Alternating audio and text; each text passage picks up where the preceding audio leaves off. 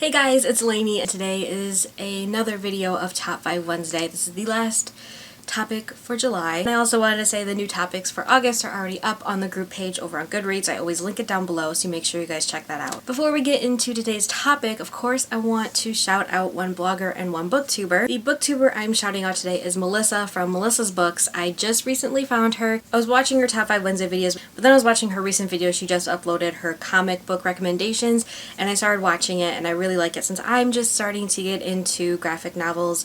For the first time, I really appreciated that video and I really liked it, and I liked her recommendations because some of them I've already heard of, but some of them I definitely did not and I want to check out now. For the blogger, I'm shouting out Michelle from Half-Blood Fangirl. You guys, the photography that she uses for her book reviews is gorgeous, and they all deserve to be the most liked Bookstagram pictures on Instagram, I swear. They're just so beautiful. Her Top 5 Wednesdays are always on point, and we are definitely anticipating the same books that are still coming out at the end of the year. Make sure you check out both these ladies. I'll link their information down below. Today's Top 5 Wednesday topic is our top 5 favorite tropes used in books. These ones were specifically ones that you like. I found 5 that I really do enjoy at the end of the day. I do have some examples with each of my tropes. Let's get started. Coming in at number 5 is unusual names, and this is mostly seen in dystopian or science fiction-y kind of books. I'm not going to count fantasy because fantasy is a separate world, but when it comes to dystopian and sometimes science fiction, our names and our humanity derives from an older time, which is usually Earth or the United States, etc., etc. Seeing these like unusual names is weird, but I really like it, even though sometimes they can be ridiculous. Most of the time I feel like it kind of shows like where could the trends of the names spiral to in the future. Of course, I have to show the Hunger Games and as an example for this because I never even heard of half these names as names. Like Katniss, I never heard of foreign name. Primrose, never as foreign name. Haymitch, Cinna. This was the first kind of book that introduced me to that kind of mindset, and from here on out, after I read The Hunger Games, it's more common to find these really bizarre names in certain, especially dystopian novels. Coming in at number 4 is love triangles. I know, I'm a sucker for a good love triangle because sometimes the love triangles do not go, and then those love triangles definitely go into tropes that I hate, but there are definitely some love triangles that are, if they're done well, I really do love a really good love triangle, and I know I'm not alone. I know I'm not. Some good examples of a love triangle definitely is The Kiss of Deception by Mary E. Pearson. This is probably my favorite love triangle for sure, and I'm pretty sure we did a Top 5 Wednesday on this, where this was my number 1. We also have some really good love triangles, rhombuses, hexagons in the Fallen Kingdom series by Morgan Rhodes. I think these are really well written love triangles as well because all of these characters, they have such great chemistry together,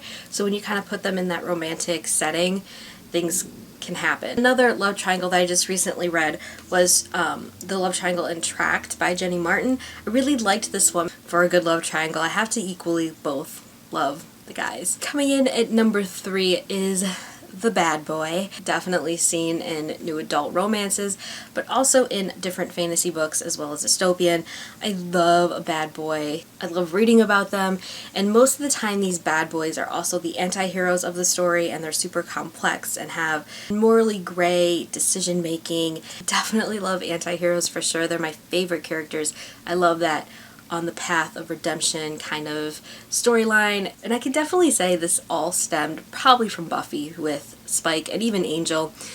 I mean, I was doomed at a tender age of 10 from that show. We got some good bad boys like Warner from the Shatter Me series, definitely Magnus from the Fallen Kingdom series, and we also have Farrell Grayson from A Book of Spirit and Thieves, which is the new spin-off series of Fallen Kingdoms. Coming in at number 2 is the trope that even though the world in the future completely sucks and we don't ever want to live in that world, the world itself is just way cooler technology-wise than us right now. This happens a lot in dystopian, such as The Hunger Games and Legend by Marie Lu. The technology is so advanced and so crazy and so awesome that I would love love to go to these worlds just to see this kind of technology at work. 1,000 Pieces of You also kind of has a really cool futuristic aspect of it when she visits a futuristic London. But this growing technology always seems to come at a price. It's just a horrible world. The Hunger Games is a horrible world to be in. And would I want to be a capital citizen wearing all that frou-frou stuff in the hair and all? Probably not. However, just the technology that we see visually from the movies just seems so incredible, and I would love to have that right now. And coming in at number 1 for my favorite trope is, of course, the romantic relationships that start off hating each other, but then they grow to love each other, and they elevate themselves to OTP status for me. Arya and Perry from Under the Never Sky, they definitely started out hating each other. They're from opposite sides of the world. They just do not mesh. They don't understand each other, and they hate each other. But I love them. Another example is Tarver and Lilac from These Broken Stars. They definitely started out hating each other as well. They did not get along. She came from a kind of a pampered life. He came from a military background. They're trying to survive on an abandoned planet.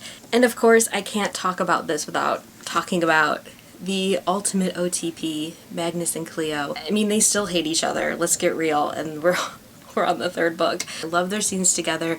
I love their interactions and everything, and it's just...